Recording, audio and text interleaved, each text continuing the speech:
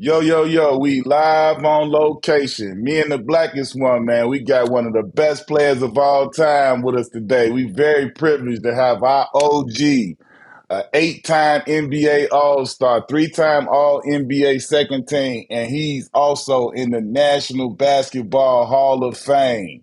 His jersey hangs in the Denver Arena. We got Mr. Alex English in the building. We appreciate you pulling up, OG. All right, thank you guys. It's good to be here. First of all, thank you. It's an honor and pleasure to have you on the show. My uncle used to talk about you all the time. I think he was like your biggest fan. But we really appreciate you coming on the show and spending your time with us. Well, it's my pleasure. I'm happy to do this.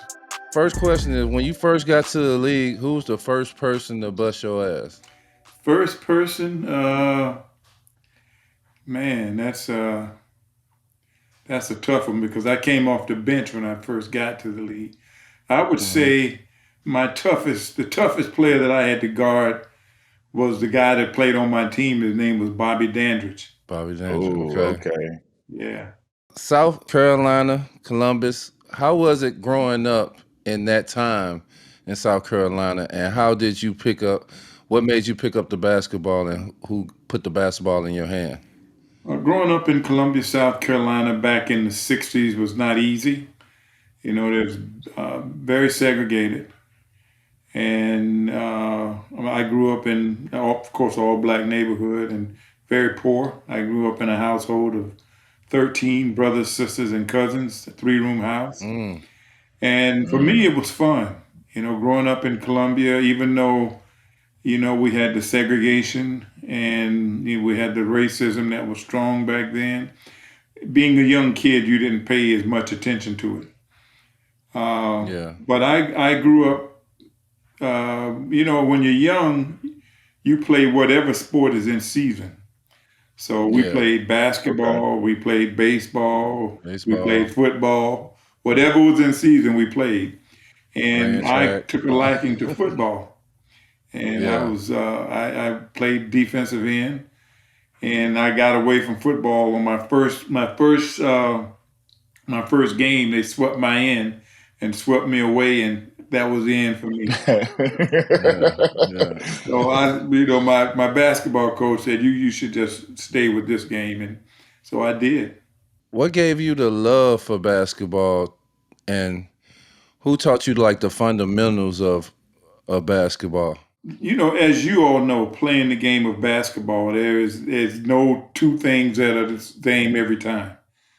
So Yeah. no two players are the same. It's all different. And what I loved about it was the creativity. And to me, it was my dance. It was my ballet. My hip Mm. hop. Whatever I did on the basketball court was my way of expressing myself. And nobody else could do it. I mean, you guys have your own style. So Yeah. I learned the way I did learn to play, and I enjoyed it. I love art, love dance, and to be able to do it every night was like a lot of fun for me. And all the things that you can add, as you know, when you work on your game in the summertime, to get better, you start doing little things to make the game different and to make that better for you. At what age would you say that you started to see like I'm pretty good at basketball, like a little bit better than the rest of the guys around me? It took, I'd say, my ninth grade year. My eighth grade year, I played for my junior high school team and never got a chance to play. I was Mm. growing so fast and I was kind of awkward. And, the coach just didn't see any kind of talent in me, but I started growing. And between my eighth and ninth grade years, I grew 4 inches. So I Mm. went from Mm. 6'1" to 6'4". And being a taller player, this coach said, "Well, we might as well try and find something in him." But during that summer, between eighth and ninth grade, I started really enjoying the game and working on the game, and I got better during that period. To me, like in today's game, I feel like the best players are the players who have a mid-range game. Hmm. You're the best mid-range guy out there when you was coming up. What made you concentrate and style your game in a mid-range game? like the 15, the 14, 13 footers? Well, that's all we had. We didn't have the 3-point line when I was growing up. We had to work. Well, if you visualize the 3-point line now, from that 3-point line to the basket was our work area. So we had to Yeah. be Right. able to score in that area. And for me, it was a matter of uh, playing an off balance game and, catching a guy when he's in his defensive stance and not expecting you to shoot, shooting a running one hander, because I was long and lanky, but wasn't that strong, wasn't, and couldn't jump so high. Hmm. But I had to have other little tools to make my game work, and I added those little things every summer. I would, work on a running one hander or work on an off balance running one hander. But the thing that I would say made my game effective was that it was mid range, but I always knew to follow, the basic stuff that we all learn. Follow your shot, get Follow the your shot. putbacks. Yeah. You know it's going to go to the other side of the basket if it goes off. So all those Yeah. little things that I learned when I was growing up were things that helped me when I got to be an NBA player. Yeah, I've been telling these kids all the time, like, if you master the fundamentals, then you can start adding all your flash and That's all the other right. stuff that you want to work on. But a lot of these kids want to skip the fundamentals and go straight to the behind the backs and all that stuff. And to the 3-point line. Yeah, and to the three Yeah. three point line. Absolutely to that That's They line. don't know growing up. that the beauty of the game is between the 3-point line and the basket. That's where you see all Yeah, the creativity. I mean, you can catch the ball and exactly. shoot it, but to get to that basket and score, you got to be able to maneuver. You got to go through pick screens, physical contact. Footwork, all And that. like You you gotta said, you have got to all be that. able to That's dance. You right. got to You be got able to to be able to dance. dance. Growing up in South Carolina in high school, was y'all limited to playing all black schools? Did y'all play like white schools in high school? Well, And how was your my your first year, my junior high school years, they desegregated the South. So okay, I went Mm. to a mixed school, and all okay, the black schools and the white schools mixed. So it wasn't an all black school; it was all mixed, and okay. so I got to play with different people. Was that like a culture shock for you? Like you saying you coming from an all black neighborhood, growing up around all blacks, and then that happens, and then all of a sudden you in school with white kids and teachers and stuff like that. How was that adjustment? It was, but as being a young player, that happened when I was in the seventh grade. So being in the seventh grade and mixing with other people, it was you were still young and Yeah. you didn't really pay as much attention to the segregation because this was the beginning of the big experiment. We're going to bring them all together, and they brought us all together, and the white kids were fine. Averaging 31 as a junior, like r- run that season off to it because in ninth grade you feel like you're kind of better than the other kids, and then to get to the point to average 31, everybody know 30 points is the high. If you're a 30-point scorer, you You're one a of bucket them getter. You're a guys. walking You know what I'm saying? So to bucket. average 31 your junior year in high school, like explain that season for us. Well, it was just what I said. It was the simple stuff. It was shooting a jump. I had a good team too. I had good teammates, and I knew what my role was. And my role was to block shots, rebound, and play defense. And that's what I did. But my team needed me to score more, and I scored more by doing little things like putting the ball back up after it came off the Hmm. rim, Yeah, getting layups, and I didn't really running the develop floor. a jump shot, a mid-range jump shot, until I got to my freshman year in college. When you came out of high school, was it like what was the process of like colleges looking at you? Was it a bunch of colleges? Was it a few? Or could you almost went somewhere else outside of South Carolina? Yeah, back then, you would get a letter from a school, Yeah. and they would tell you that they're interested in you, and you just sift through them, and they invite you to come visit. And I got a chance to go visit some schools, and I felt like I could have a better effect on my community by staying in South Carolina. I'm a big community guy. Mm. And Mm-hmm. during that period of time, African Americans didn't want to come to the University of South Carolina because they felt that if they came to the University of South Carolina, they were going to get buried on the bench. And Yeah. my thing Mm. with my coach was to change that. So when I came, I was not going to be denied playing time. And after I got here, and Columbia was a hotbed for basketball talent. After I Mm-hmm. came, we had three more guys from the Columbia area decide to come and play, and that's when the school really became more integrated, basketball wise. So it was a big thing for me to come and stay home and be a part of the community. I'm a big I believe in trying to advance the African American situation in this country. And even when I was young, that was big and important to me. So I felt that if I stayed, I would be a magnet for others to come, and it worked. You said you started shooting jump shots your freshman years. What coach or who kind of taught you to, like, you need to add this mid-range jump shot to your game? You need to start shooting more jumpers. And did they teach you like with form, or you was a natural guy that had natural form? Let me tell you the story. I played my junior year in high school. I played against a guy who was a good friend of mine now, was a great basketball player from the upstate of South Carolina. His name was Clyde Mays, and we played them Mm-hmm. for the championship. And he kept blocking my shot. I felt like we lost the game because I couldn't score and my team depended on me.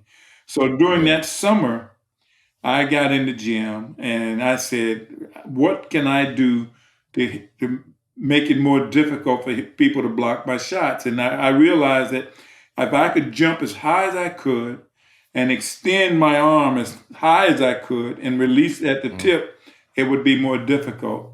So that's what I worked on all summer. And uh, when I went to the NBA, when I got to the NBA, when I got to college, I was better at it. No, I Mm-hmm. didn't have people blocking my shot as easily.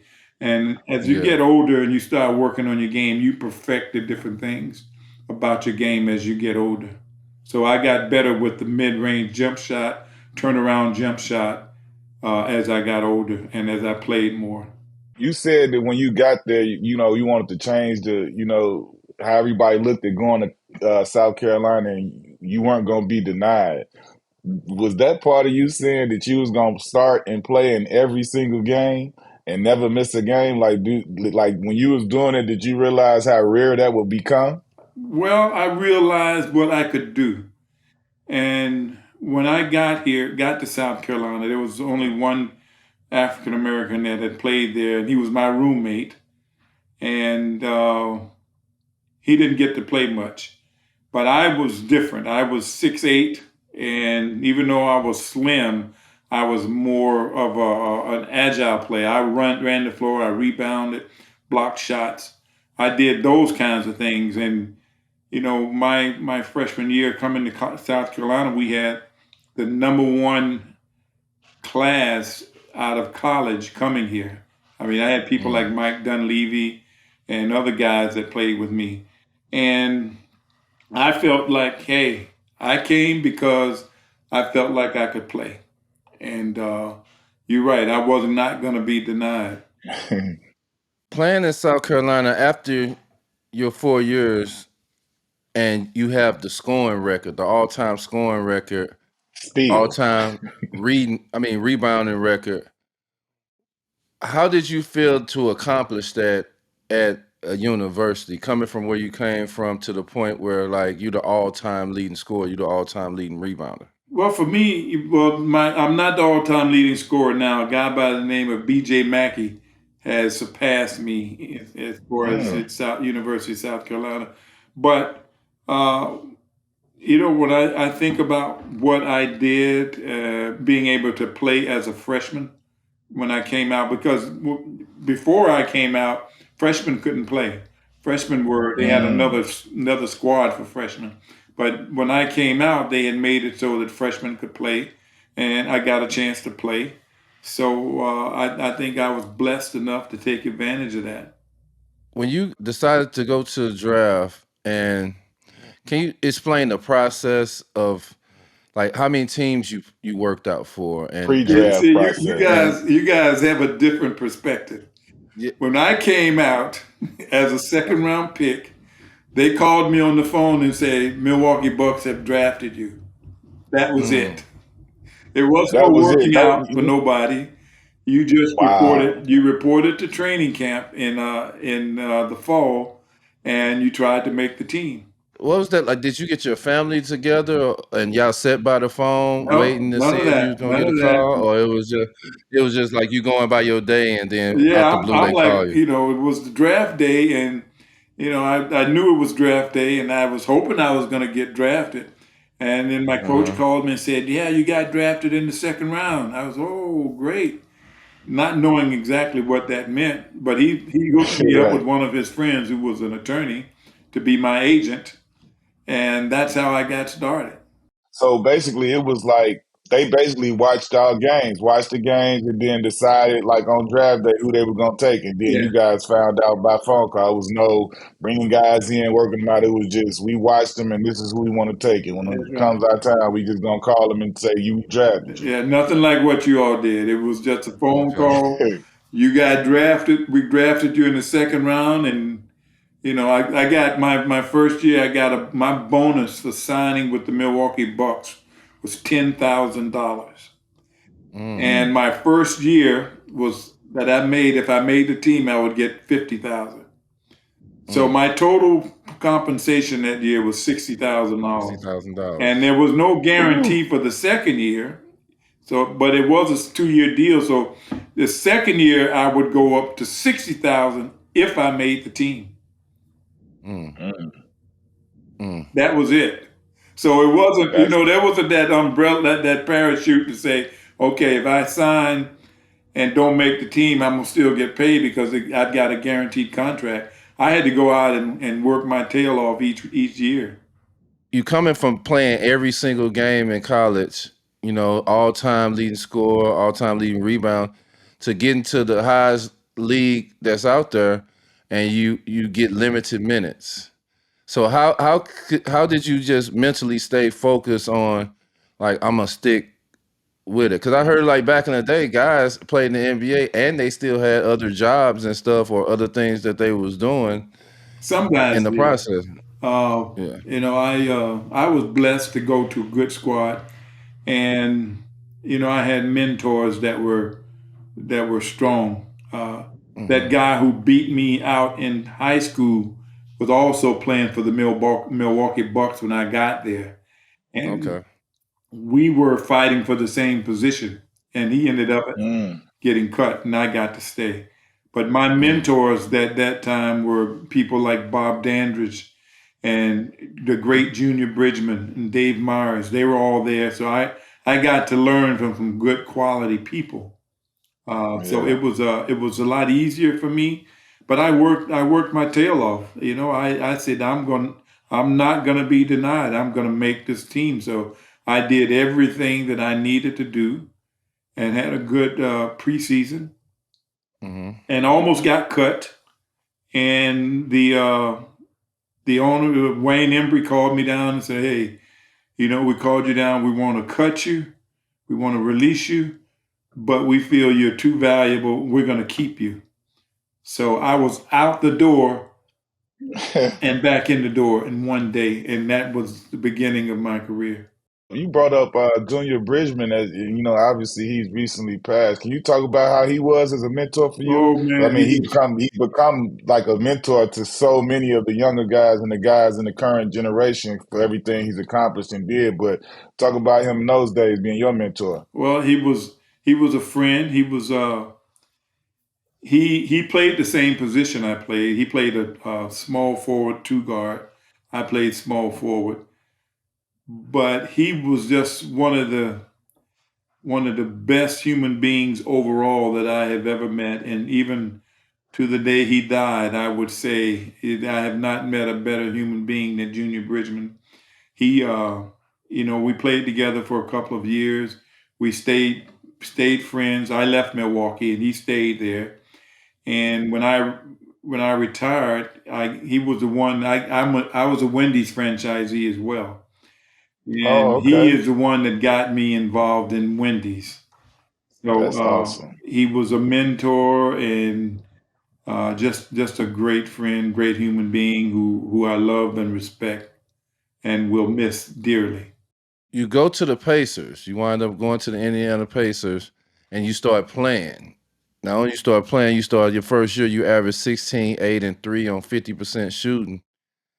Tell us, like, you really watching a lot of the games the first 2 years, and then the second 2 years, you actually get an opportunity to get out there and play of what you learn. How was it to start playing minutes and trying to putting your feet in the ground? It was fun. It was great.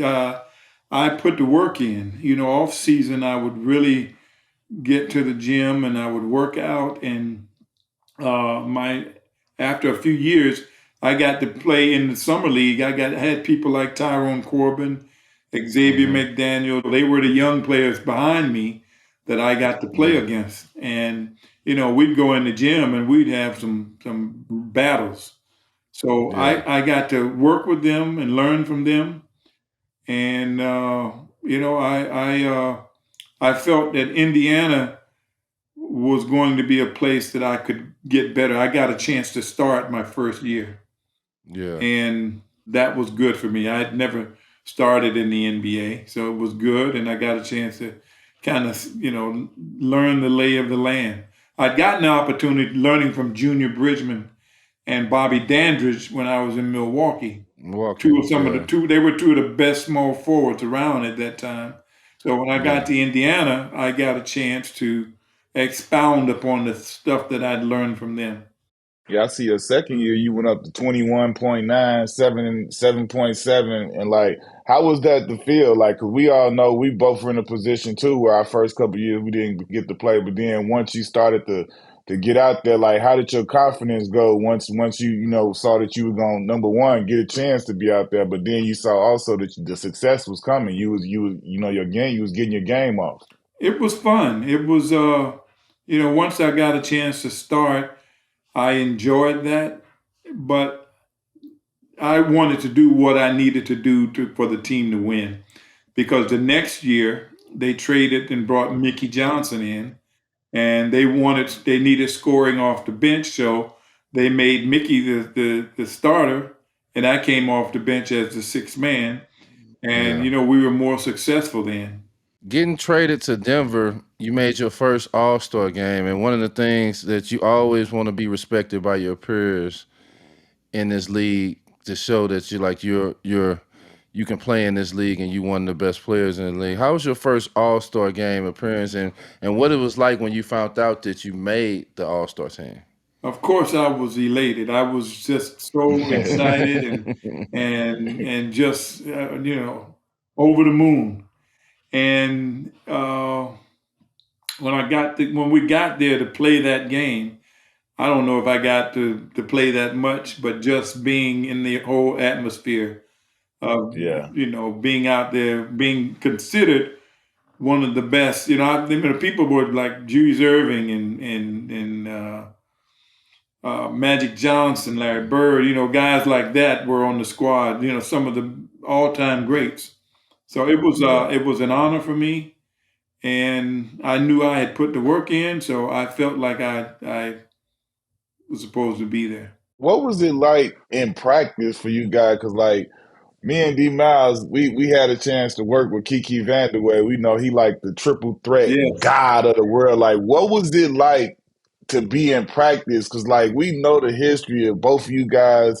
putting up 40s and 50s and stuff. Like, what was it like when you first got there and you got a chance to start practicing with Kiki Vandeweghe and David Thompson and Dan Issel, but like mainly Kiki and that triple threat? What was did he help you with the mid range game? Just being in there, going against him, and seeing some of the things he was doing. Well, what Kiki did was, we were both the same size, and he ended up playing the power forward if there was a power forward, and I was a lot more slight.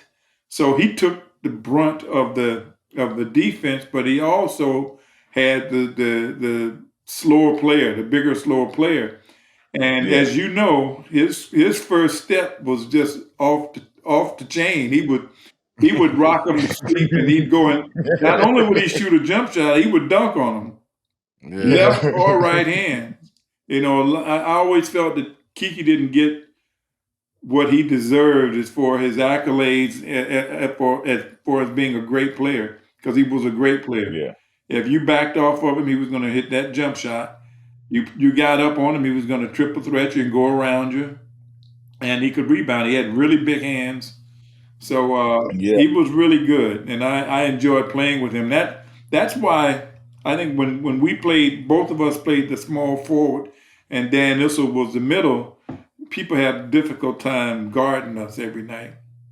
Yeah. Like I was saying, my uncle at the beginning, my uncle used to always rave about you, and to the point that he used to say you was the greatest scorer in the 80s. You was the best scorer in the 80s, and it made me do my homework because I'm big on history and big on trying to know who came before me so I can move forward. I was always big on history. But you're one of the most underrated guys ever. In the 80s, they say a lot of names that was more popular. The Yeah. Icemans, the Dr. J's, you can name so many. How was it for you to the point where do you feel like you're one of the most underrated like players ever in NBA history? I know I am. Yeah.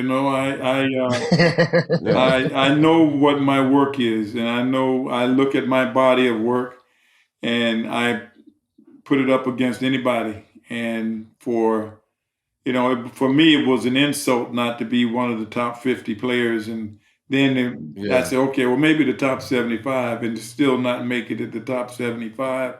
It was an insult, but I know that people that know the game know my work, and I can be okay with it. I know what I did. Yeah, my uncle used to make me study the game when it came to you and what you did on the block and what you did in the mid range, especially me being a small forward. I know Mhm. we grew up in Illinois, so we all wanted to be like Mike, Yeah, but my game kind of veered a little bit towards Pippen yeah. more than Michael Jordan. When you scored 54, tell us about that night. Well, and 54. I'm sure both of you all have probably had that night too, where everything just was going. On in, yeah. I've had a few games like that, but that night it was just like all I had to do was just throw it up there and it was going to go in the basket. But it was a feeling. It's a feeling that you have that you can't describe to anybody else. You know Exactly. what it is, and it's that feeling. And people who've had that feeling, they know it too. We Yeah. just in it. You just in it. Like you, Yeah, you people like D ask you what Miles. you ate or whatever going. Yeah, Like D Miles said about you being underrated, and you spoke on it too. Like we had James Worthy on here on the show, and when we asked him who was the first person to bust his ass, your name was the first name out of his mouth. Just you know what I'm saying, just about how you was able to shoot the ball, and like how you said you worked on being able to shoot and get your shot off. He was able to get to the spots. He had a great triple threat game, being able to just do what he wanted with me. He was like, he had my head spinning. He being a North Carolina guy, he was somebody that knew who you were, but he was like, yeah, no doubt, he was the one who gave me the first buckets when I got in the league, who I really couldn't do nothing with. yeah. We had some classic matchups, James Worthy and I.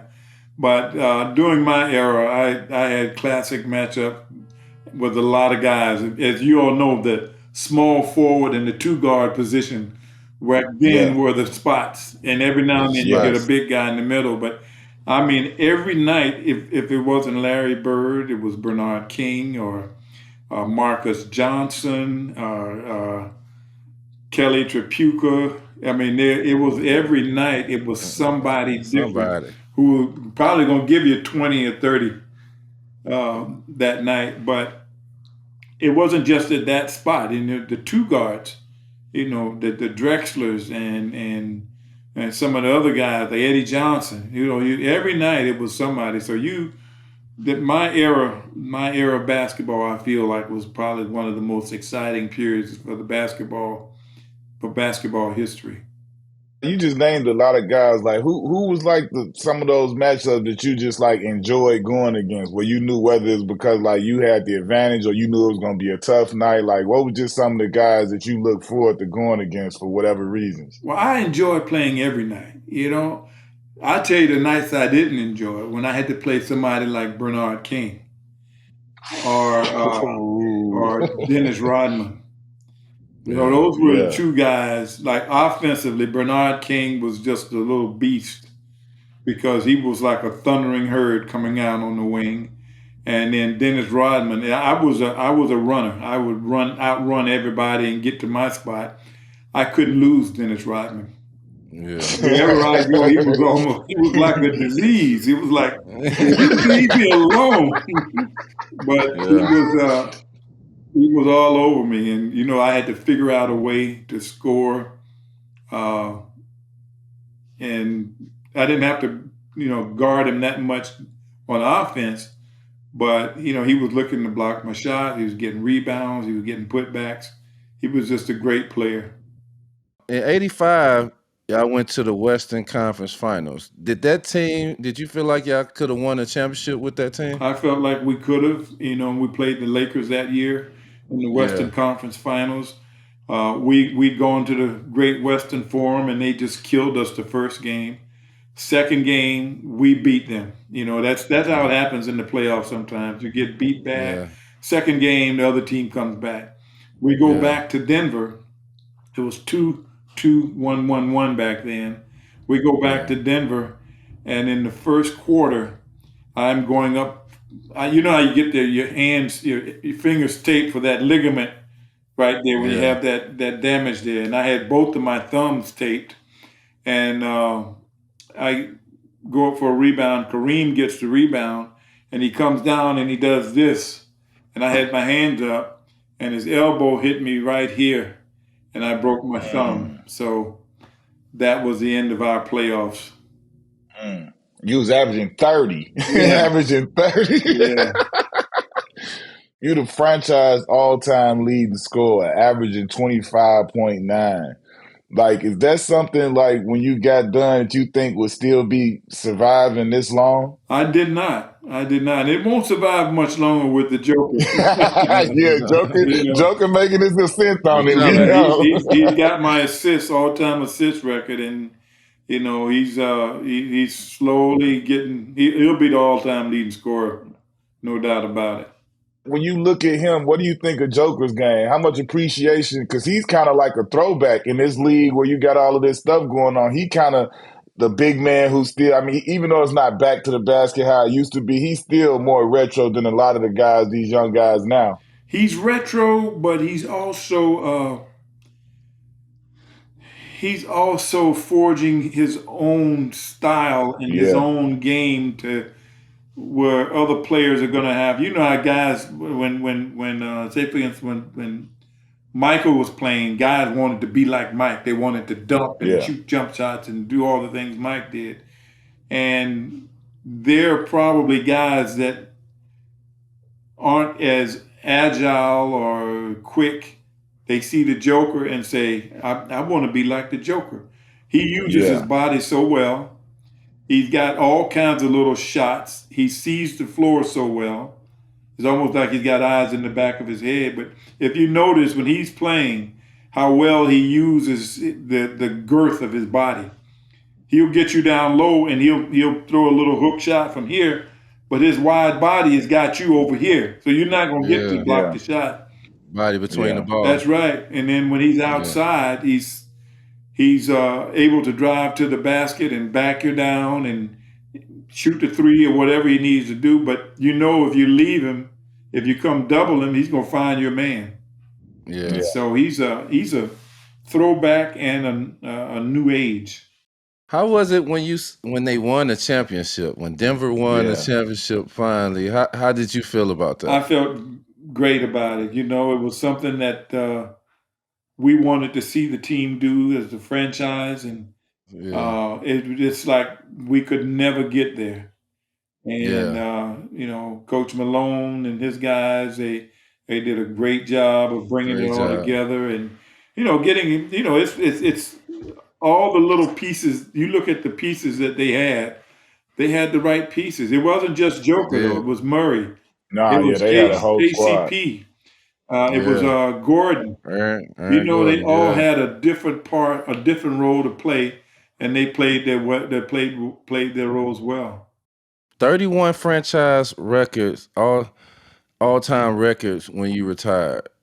Did you feel all that work That's that you put crazy. in to have 31 franchise? Did you feel all the work once you retired? Like, man, 31? Like that's Once I unheard retired of. and I was done with the game, I didn't really think about it as much. And I mean, I didn't know all the different little things that they kept tabs on. I mean, I Yeah. knew Right. that I was a scorer and a rebounder and sometimes shot blocker. But I prided myself more on my passing game, being able to pass the ball. How did it feel when you got the call that they was gonna retire your jersey out there in Denver? The number two was going up to the rafters. That was an awesome feeling. Uh, it's everlasting. It's no one, unless they change the rules, that number Yeah. two will be there in the Forever. Yeah, rafters forever. Yeah. And I changed my number from college. I was 22 in college. Yeah. yeah. So Were you aware, like, so when we came out, right, when we came to the league 2000, early 2000s, it was like a huge bust of the retro jerseys. Were you aware that your jersey was one of the dopest and like one The of the top most jerseys. elite throwback jerseys that was going around? That blue number two with the checkered, yeah, with the Denver. the The rainbow rainbow Yeah, with across. across the yeah, rainbow. Yeah, yeah. like were you aware like how popular that jersey became during the retro time? It was definitely one of the top jerseys. Yeah. I didn't know, didn't understand what that meant until the licensing checks came in. Oh, Hey, okay. Okay. Well, that's good money dang right there. right. Yeah, Then. That's There we good money. go. 10 years later, yeah, that's good money. Cha-ching. You That's little good. pocketbook money. There you yeah. Oh go. yeah, Yeah, I definitely had your jersey, man. That was like one of Yeah, the I dopest had that jersey jersey for with sure. with the colors on it. The white one and the blue one, yeah. like was just You, crazy out here when the retros you started hitting know, in the you know early 2000s. who really made it popular? Allen Who? Iverson. Yeah, He Yep. came to Denver and he wore that. He kept that jersey. He did. It was retired, but he would. He liked that jersey. So He was wearing the retro. He was wearing the retros like we was. He was one of the yeah, ones we was trying to dress like. yeah. yeah. I know getting your jersey retired, but how was your family? Like you seeing your family witness like your history of what you accomplished at that moment.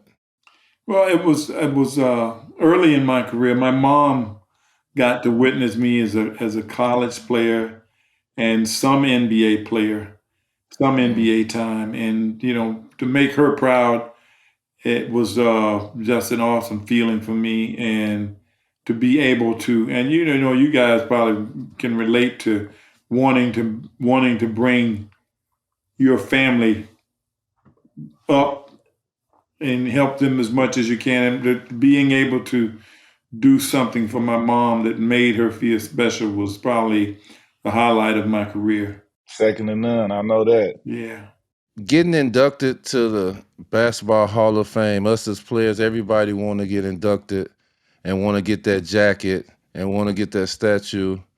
That's like the icing on the cake. That's You the know what I'm highest of the saying? hype. Like it's like putting a cherry on top. it is. to get that phone call. What I don't know if it was a phone call. Explain to us, how did you find out that you made the Hall of It Fame? was a phone call.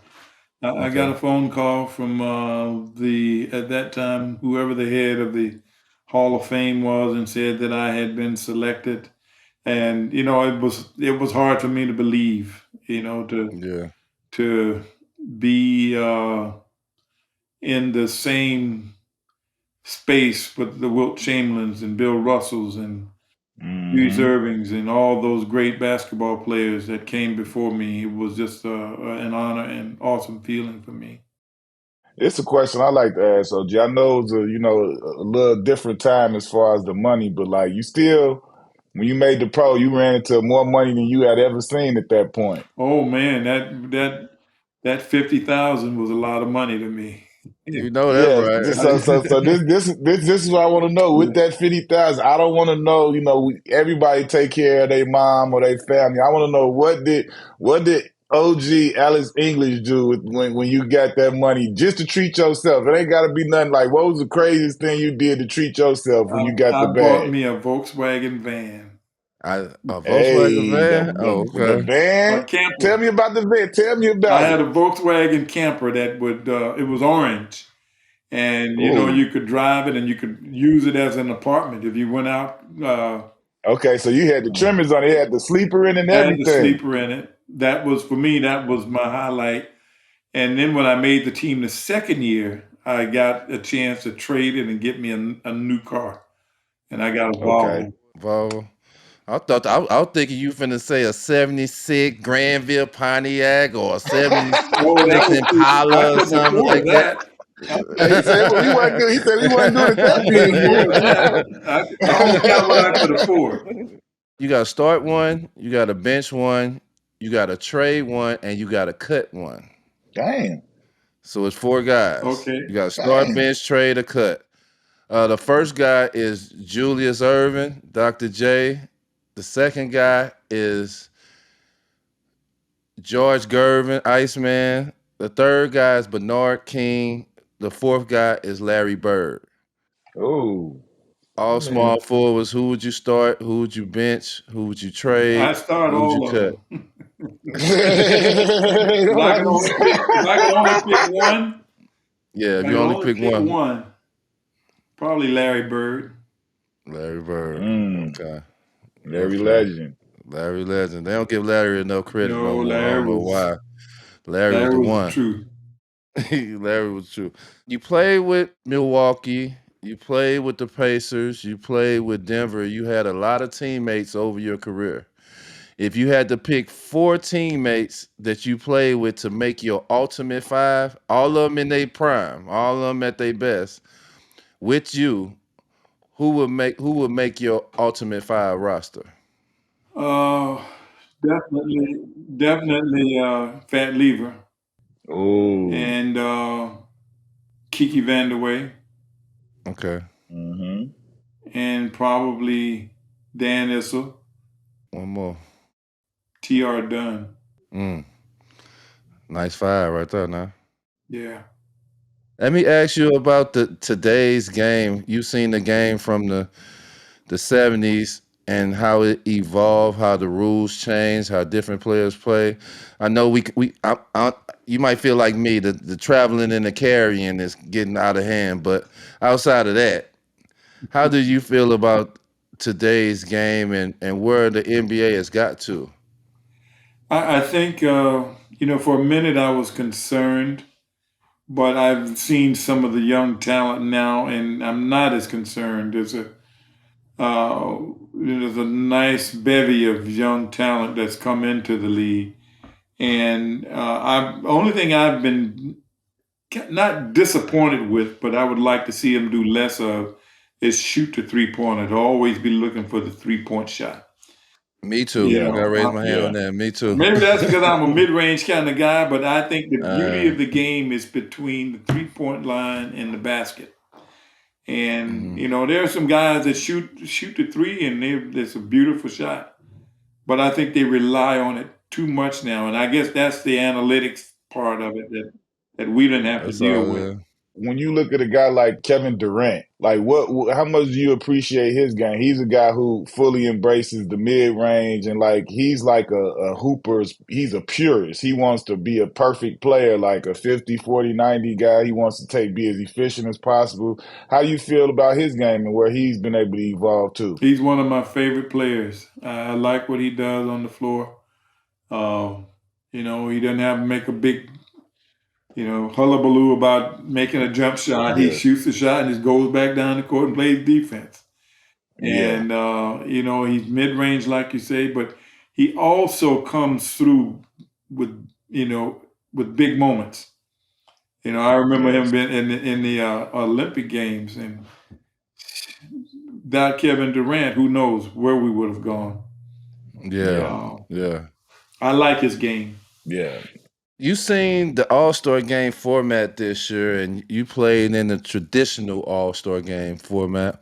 yes. What do you think is the problem with the All-Star game? The problem is there is when we played and the game was like, we're playing, we played with pride because we didn't want to Hmm. lose, but we also Right. played because we weren't making that much money.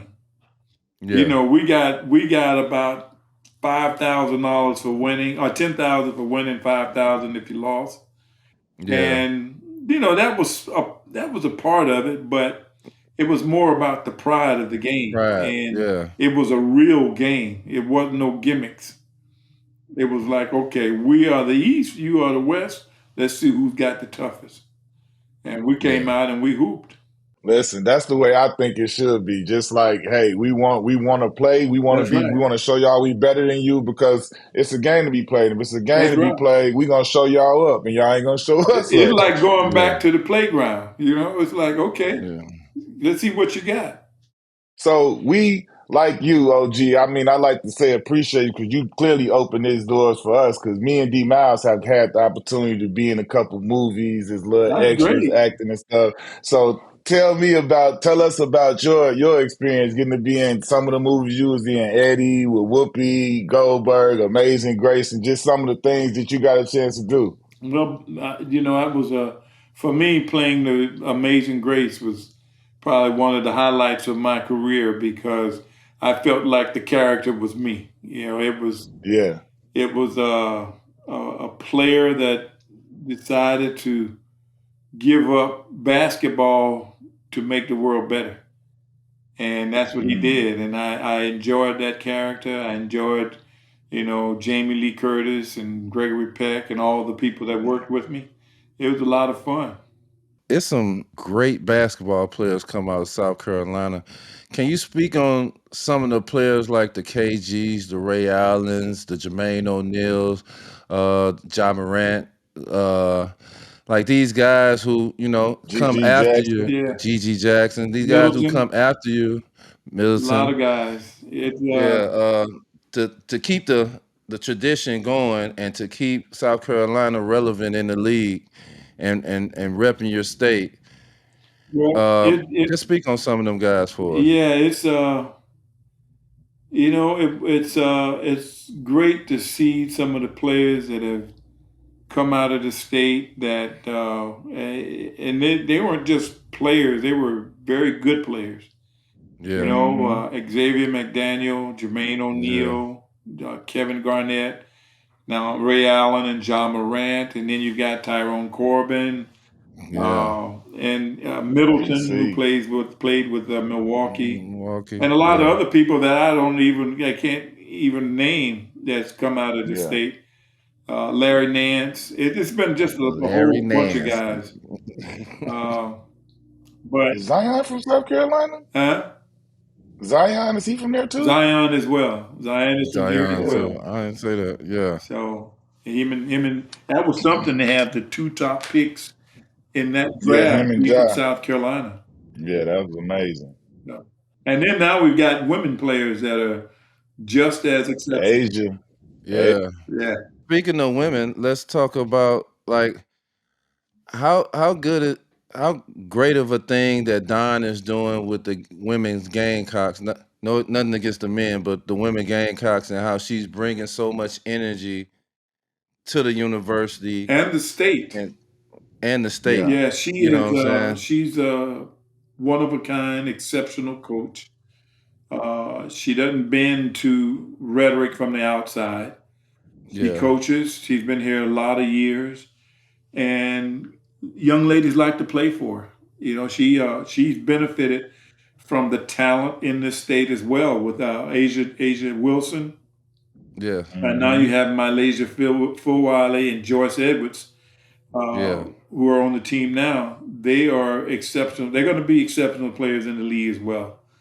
But Yeah. definitely are. Dawn is the chef that makes the dish work, make it good. Yeah, We appreciate you, OG, man. This was awesome. You know what I'm saying? We always enjoy getting to get with you guys, the OGs. Like he said, you the guys, our uncles, our pops, and our OGs talk about. And so whenever we really get to get down, we feel like we getting a history lesson of the game, man. So we really appreciate you taking out the time and coming on and chopping it up with us, OG. Everybody, this has been Alex English, one of the best players in NBA history. Thank you. And just to say, you guys, I got a chance to watch you all play as well, and I enjoyed watching you all. So, thank you. you'll We be OG appreciate that. like me one day, and Oh, they uh, doing it. They doing them now. you know, How you get used to it? Because I can't get used you to it get yet. you got to. And what else can you do? Nothing. But it's Nothing. just take it and enjoy it and love it and embrace it and just teach them the right way to do it. That's right. Man, That's thank right. you, OG. Thanks All right, again. guys.